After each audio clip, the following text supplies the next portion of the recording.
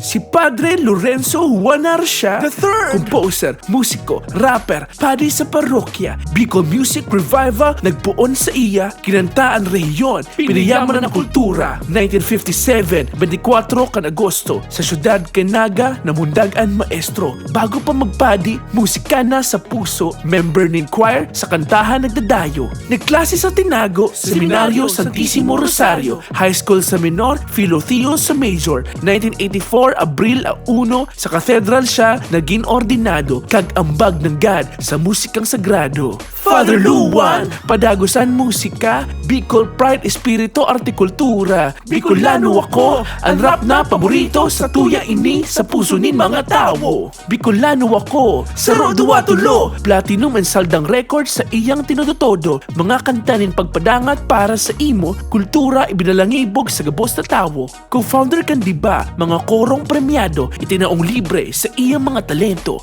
Musical plays, inanin Bicol sa iyang ginibo. Biyong nagsusupay mga kantang pang-entablado. 2023, naghumali si Padre Hunyo a 7. Laad kan arte niya dai napupundi. Padagos ang tugtog sa puso kan banwaan. Ang samuyang masasabi, Salamat Father Luan! Break it down!